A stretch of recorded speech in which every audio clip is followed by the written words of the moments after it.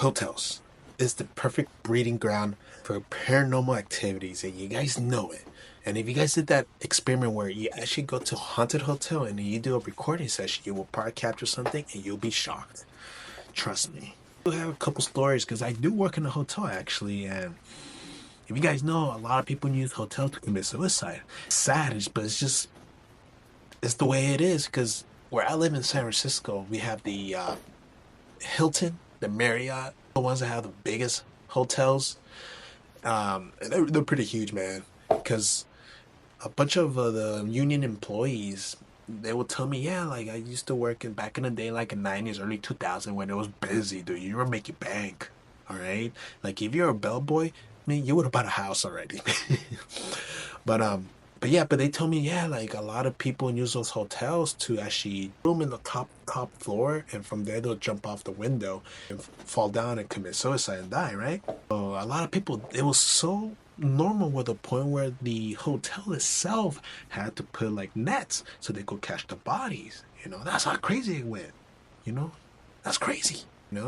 It's crazy. Once I worked in that hotel, I actually, when I stay in hotels, I see them differently now because it is chaotic. It's chaotic. Working as front desk will give you a headache and you will get stressed out. Trust me. Besides that, the hotel that I work, there are stories because I remember one of the engineers, one time he worked graveyard and he was checking all the rooms if the AC is working properly and all that stuff. And he had to go to the roof, right? To check if anything is working pristine, right? I mean, like, I forgot which floor he told me, but really late at night, I think it was like midnight, I think that's what he said. And he was saying, like, yeah, I was walking around and out of nowhere, I saw a little girl and it started giggling and running. And he got spooked. And this guy, he's Mexican. He's from Michoacan, dude. So, the people in Michoacan, they're really tough, actually, man. Props. The women, toxicas, they love you, but you mess with them, they'll beat you up. So be careful. He told me that from there he refused to go up there by himself. All right, just because of a little girl. A story where I have not seen a ghost yet, but I saw someone die. Not saw someone die though, but I knew that person was well the day before when he died, and it shocked me.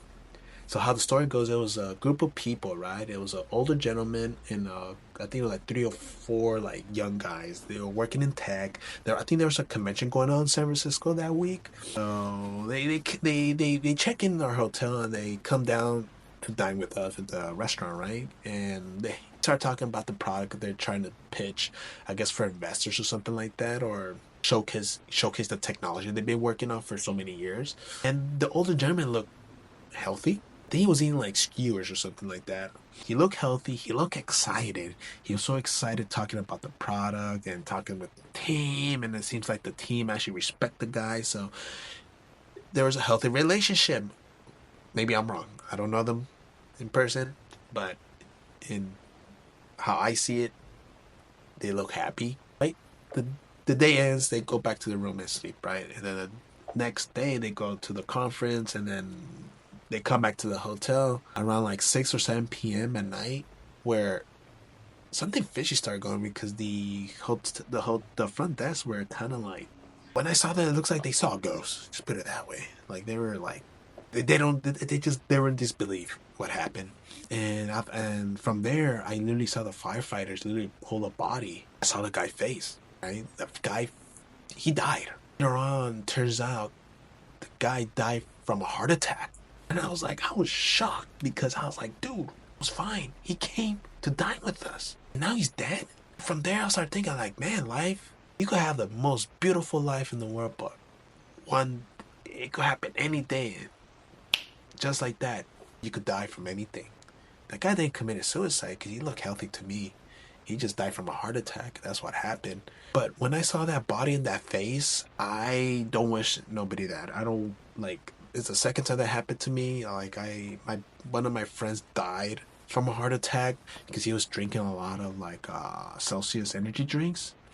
So he kind of like destroyed his heart pretty much with all that caffeine that he was taking daily. And then I see another dead body. I was like, dude, like I can't take it, man. That it's tough seeing that, man, and knowing that that guy was healthy and happy is even worse, you know. But I know for a fact the spirits like part wandering around the hotel. To be honest, I hope the family is doing well, man, because he was probably he was a father and he was probably a grandfather as well, and now they don't the family don't have him anymore. So I know for a fact they're good, but it's just crazy that now that I start working in a hotel, I see when I stay in a hotel that I don't work, obviously, it feels different because you know what's going on and you know, I guess the dark side of hotels because a lot of people use hotels to commit suicide because most people just want to leave the world because they don't feel satisfied.